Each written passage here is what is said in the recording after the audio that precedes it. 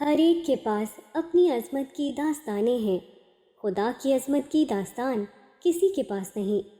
ایک آدمی اپنی محبوب شخصیت کے حق میں لمبا نثری قصیدہ پڑھے گا، جس میں یہ خبر دی جائے گی کہ آپ کی ذات گرامی کے آفتاب سے گوشے گوشے جگمگا رہے ہیں، مگر طویل تحریر میں کہیں بھی یہ محسوس نہ ہوگا کہ کہنے اور سننے والے خدا کی عظمت و جلال کے احساس سے لرز رہے ہیں اور رب العالمین کے بے پایاں کرشموں کو دیکھ کر محو حیرت ہیں۔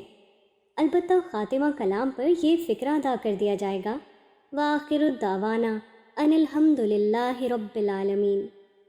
کلام کے پورے مجموعے میں دیکھیے تو عربی کا یہ فقرہ ایک بے جوڑ سا فقرہ معلوم ہوگا۔ جس کلام میں انسانی عظمت کے آبشار برسائے جا رہے ہوں، وہاں تمام تعریف صرف اللہ کے لیے ہے، کہنے کا کیا مقام۔ اس قسم کا فقرہ ہمیشہ رسمی ہوتا ہے، نہ کہ حقیقی۔ انسان کی عظمت کا طویل قصیدہ پڑھنے کے بعد یہ مختصر عربی فقرہ حقیقتاً اللہ کی حمد کے جذبے سے نہیں نکلتا، بلکہ صرف تبرک یا رسم کی خانہ پوری کے لیے ہوتا ہے۔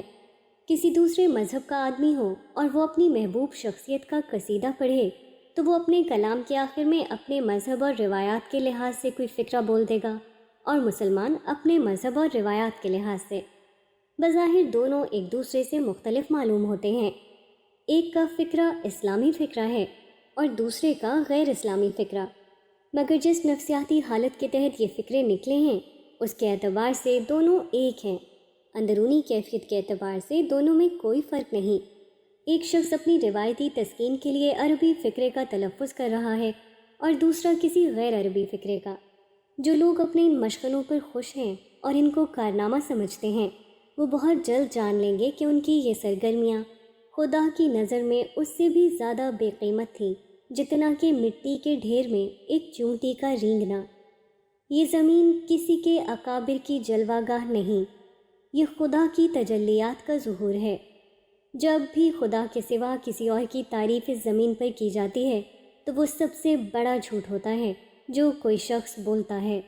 انسانی عظمت کے قصیدے جب بھی پڑھے جاتے ہیں تو زمین و آسمان کی ہر چیز پڑھنے اور سننے والوں پر لعنت بھیجتی ہے، مگر جب خدا کی عظمت کا چرچا کیا جائے تو زمین و آسمان اس کے ہم آواز ہو جاتے ہیں۔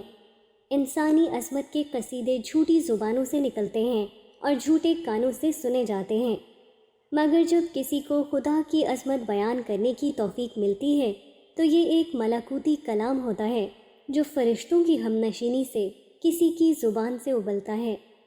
جو لوگ کسی انسان کی عظمت سے مسحور ہوں وہ اس کی شان میں الفاظ کے دریا بہاتے ہیں، جبکہ خدا کی عظمت سے مسحور ہونے والے شخص پر چپ لگ جاتی ہے۔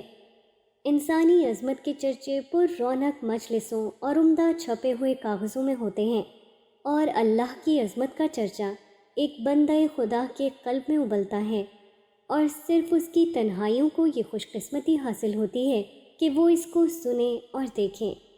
خدا کی عظمتوں میں جینے والے اور انسان کی عظمتوں میں جینے والے میں وہی فرق ہے جو خود خدا اور انسان میں